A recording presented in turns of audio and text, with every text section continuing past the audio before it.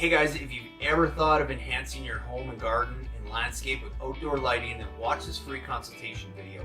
This is the same free consultation video that we offer to all our clients who are looking for help with their DIY landscape lighting projects. We're going to show you what are the best lights to use and the best locations to get the best bang for your buck, as well as how to create the best effect possible with those lights. So to get your free consultation video, email me your pictures at cal@lightingdoctor.ca or go and visit us at lightingdoctor.ca, and be sure to check out our try it before you buy it light, where you can actually get one premium grade fixture, and the King Innovation Insta-Light is a battery operated pack that allows you to go and test the lights out on your property before you make any big purchases. So hopefully you get some great ideas from this video, and again, to get your own free consultation video, email me your pictures at cal@lightingdoctor.ca or go visit us at lightingdoctor.ca and check out our try it before you buy it light and see what's going to look great around your property. Enjoy the video, and I'll see you again after. Hey, Chad. Yeah, thanks for these pictures. It's a great property.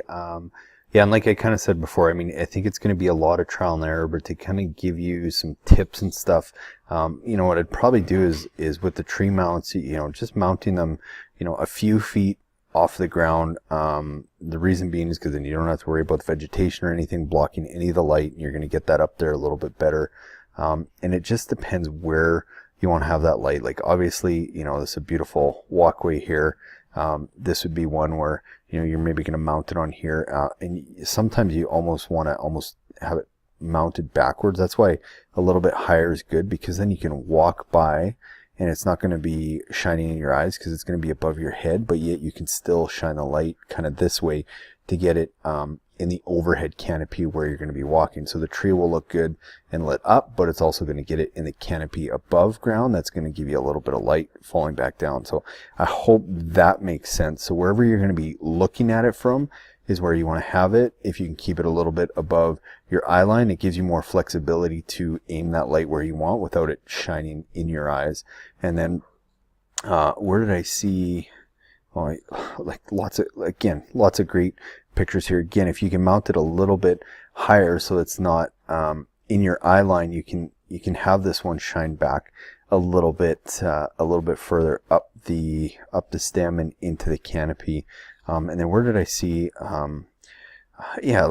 so some of these multi-branched, I'm trying to see, I had a really good picture. This is a great example. So this is one, if you were going to light up, this one might be one where you want maybe more than one light in that tree, right? Where you're, maybe you have a light that you're going to mount in here that's going to shoot up that way. And then you have another one, maybe mounted over here that's going to be shooting up that way. So again, it's going to be a lot of trial and error.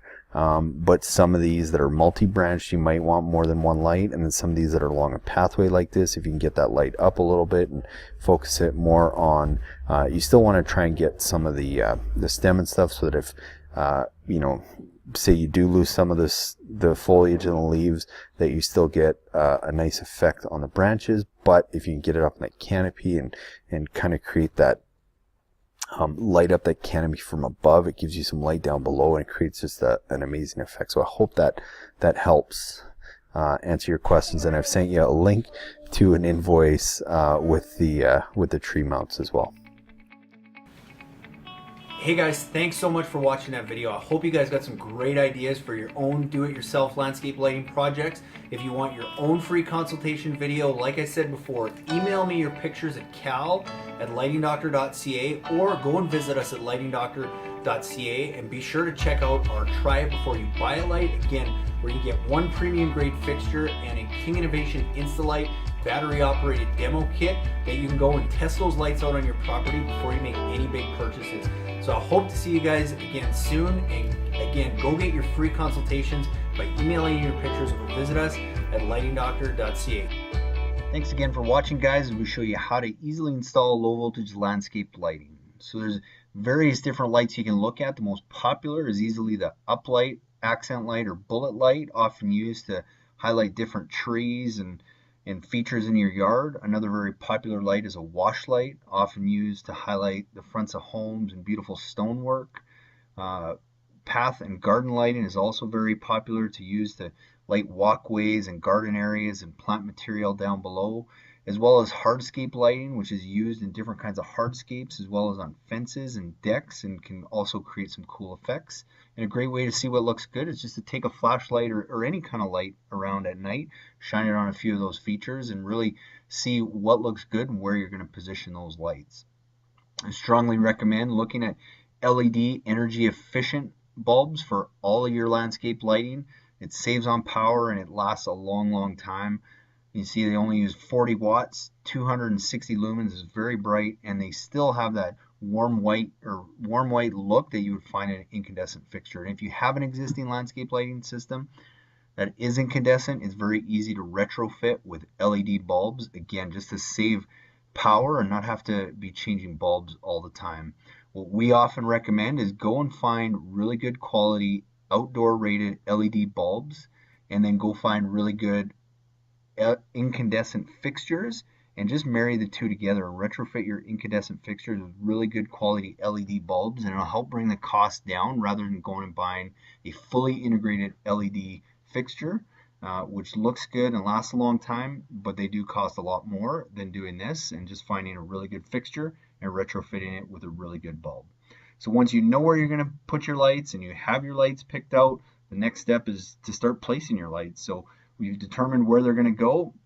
Start by digging just a small hole and just preliminarily placing your lights. I recommend using a rubber mallet so that you can really pound those ground stakes in and give them some good stability. Screw your light in afterwards so you can really get it in there, make sure everything's level, and then from there you start laying out your wire once you got all your lights in place, and be sure to leave extra wire at every fixture just to give yourself some wiggle room. Connecting the lights is quite simple. When you make your splice in your wire, you'll have a wire going in and a wire going out for each connection, as well as your fixture wire, and at every light you're going to have two of those connections. I recommend a good waterproof connection, either a gel-filled snap lock connector or these gel-filled DBRY connectors that come in two parts, that you have a moret that screws on and keeps the wires tight, and then the wire fills into a gel-filled tube that keeps the water out. So just be sure to make sure you're getting good waterproof connections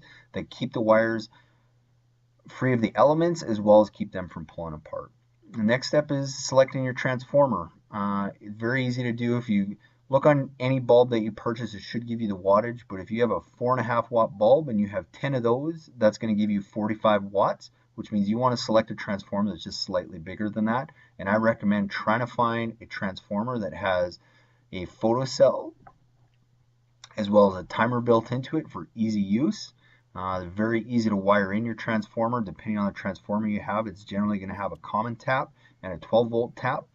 You just put one wire into each tap, screw them down tight, mount your transformer close to your GFCI receptacle so that you can get power, plug it in, turn it on, and go and make sure all your lights work before you start burying any wire. So once you've checked all your lights and everything works, you can start burying them. One thing I would recommend is looking at the Weon outdoor Wi-Fi switch. Is a great tool if you want to make your landscape lighting system totally smart and Wi-Fi operated. To bury the wires, very easy with a flat-ended shovel, creating a trench that's 6 to 8 inches deep, spreading the turf open and pushing that wire down and stomping it down within no time at all. It looks like you haven't even been there. And in the mulch, it's just a matter of pulling it back and creating a path to lay down that wire, stapling it down and burying everything over that. So hopefully that helped. And if you have any questions, by all means, you can always reach out to us.